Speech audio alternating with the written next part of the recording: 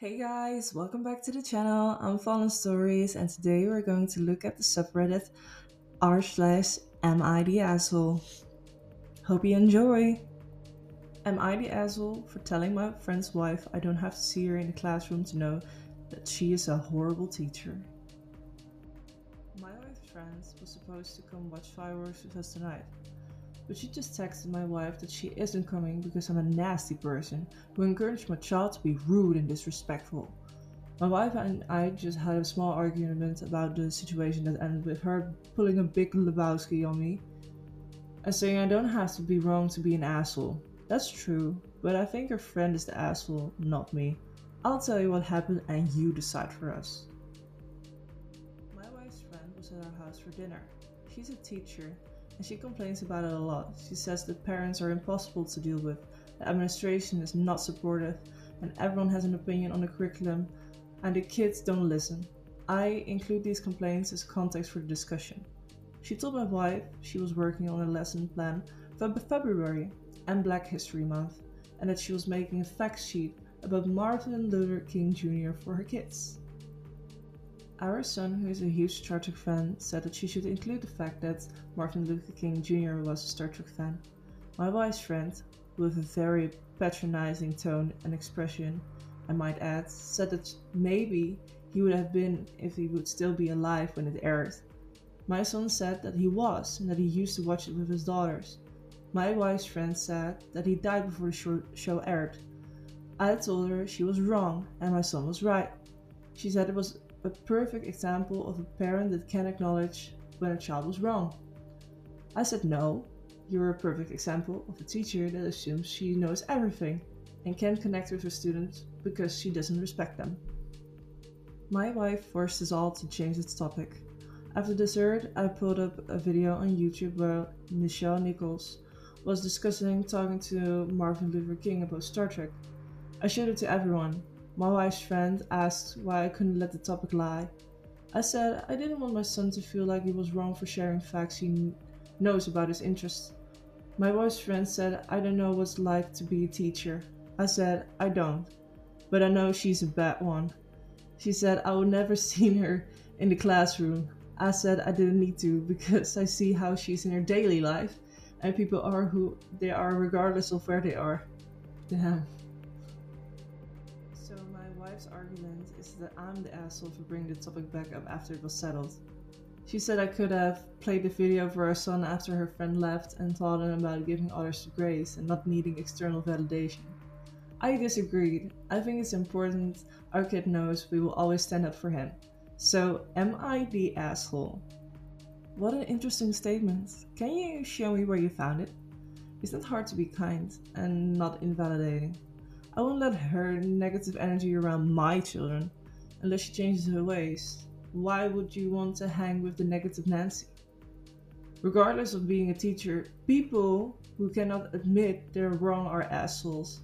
Especially if your ego is so pathetic, you need to prove to a literal child you're always right, just because you are an old fart.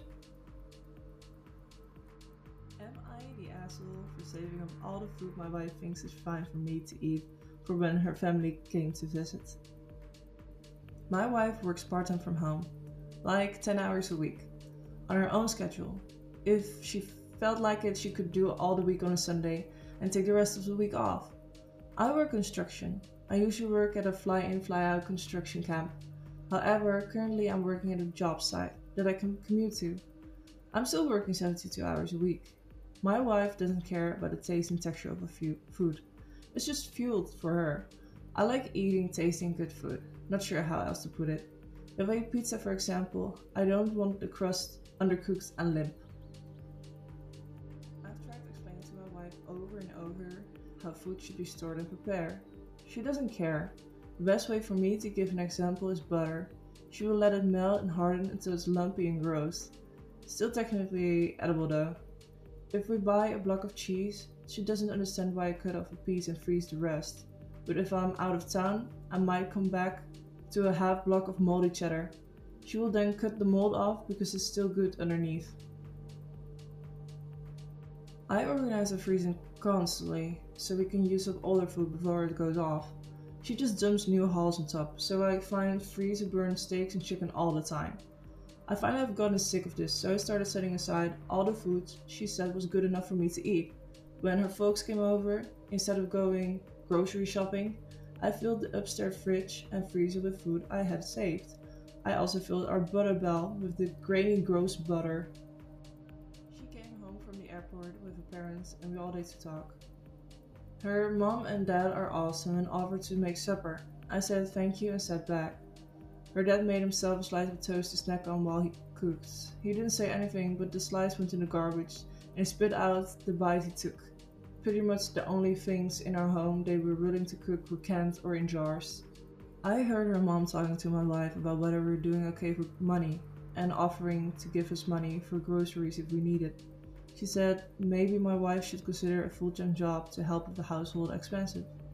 My wife tried to say that we were doing okay, but her mom showed her the freezer burned steak and chicken thighs, the moldy cheese, the grainy butter. My mother-in-law said there isn't shame in admitting we needed help. My wife took them to our freezer and showed them our food, which led to her mom asking why we would let food get to the point where it was edible but gross. My wife had no answer, but she had plenty to say to me that night. She said I intentionally embarrassed her in front of her parents. I asked her if she would have served me that food or expected me to cook it for us to eat. She said that wasn't the point. I think it was. Am I the asshole for using her parents to teach her about food quality? Bottom line is, if there's nothing wrong with the food, why should she be embarrassed? Pretty clear she was raised better, knows better, and can be bothered to give a damn. Not the asshole, but maybe you should be. Start buying dinner for you on the way home and just cook your own steaks or whatever. If she doesn't care, she can eat that crap. If she complains about it, ask why it suddenly matters. Totally agree. I was also going to suggest he buy good takeout for dinner for himself and stop for fresh groceries if he wants to cook his own dinner. For that meal only. She can eat that moldy cheese and freezer burned meats. Am I the asshole for leaving my mom at the airport with no ticket and no plan? This still weighs on me. Some background. My mom was abusive growing up. It got bad enough that at 12 I left home through courts and moved in with my dad. The decision fractured our family. On the court paperwork under name of child, she wrote something like, I have no son. I have carried that with me ever since. I had little to no contact with her after that, briefly at 17 and again in my early 20s, and not consistently until much later. I'm now almost 40. I spent over 20 years drinking heavily, finally got sober in 2018, which is when I made effort to reconnect with my family, including my mom. She's close to 70 now and has zero contact with 2 of her 3 kids. Reconnecting wasn't easy. When I asked if she ever reflected on the abuse, she told me I was an adult and needed to let it go already. That was a turning point. I realized any forgiveness will be one-sided. If I wanted peace, it was on me. Since then, our relationship has been rocky but present. We've had family reunions and even traveled overseas together for 3 weeks. We argued often, usually over small things, but we stay in contact until this. Last summer, I invited her to my city to see a band she loved since I was young. The plan was simple. She would arrive on Wednesday, we'll go to see the concert on Thursday, she will fly out to visit my sisters on Friday, and I would leave early Saturday for my own trip. She agreed. When she arrived, she mentioned that she only bought a one-way ticket and would book the Friday flight later. That made me uneasy, and I reminded her several times to make sure it was booked. I thought I was clear in my wording and tone that I didn't want anyone staying in my house while I was gone. Friday came. The concert was fine, and then she told me she hadn't bought a plane ticket, and now, with prices having gone up, she planned to stay a few days while I was away. I told her plainly, I'm leaving at 5 a.m. tomorrow. You need to get on a plane. I even offered to cover the extra costs. She refused and invited herself to stay at my place. That's when I said clearly that I wasn't comfortable with anyone staying in my home while I wasn't there. She accused me of not trusting her and said she was my mother. I said it wasn't about trust. I just didn't want anyone in my house. The argument escalated. Finally, she said, "Fine, take me to the airport." I think she expected me to cave. I didn't. I packed the car, grabbed my daughter, and drove her to the airport in silence. When we arrived, it felt like a standoff, like she was waiting for me to say, "Never mind, you don't go." I didn't. I took her bag out, set it on the curb, and told her, "If you can't find a ticket, let me know. I can help you pay for a hotel." Then I left. Months later, I'm still thinking about it. I don't think I stranded my mother with no options. I offered to cover the cost of the flight and the hotel. But I did leave her at the airport knowing that she hadn't booked a ticket. Am I the asshole? Do you realize, OP, that you just explained how her abuse and manipulation is continuing? This was abuse cycle you just typed out and are still carrying it since it's hurting you so much. She never once accepted accountability. You can forgive, but you don't have to accept. If she makes you feel bad about your boundaries, that's someone that doesn't need to be let in.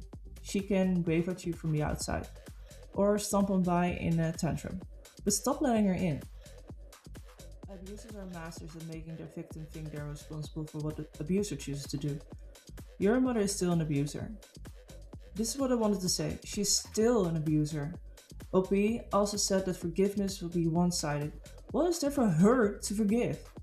He got out of an abusive situation. He doesn't need to apologize for that or seek forgiveness, especially since he was a literal child. As the parent, she is responsible for taking care of you. OP, she was supposed to love and protect you as a kid. You got out. The court obviously agreed that she was not the victim in the situation.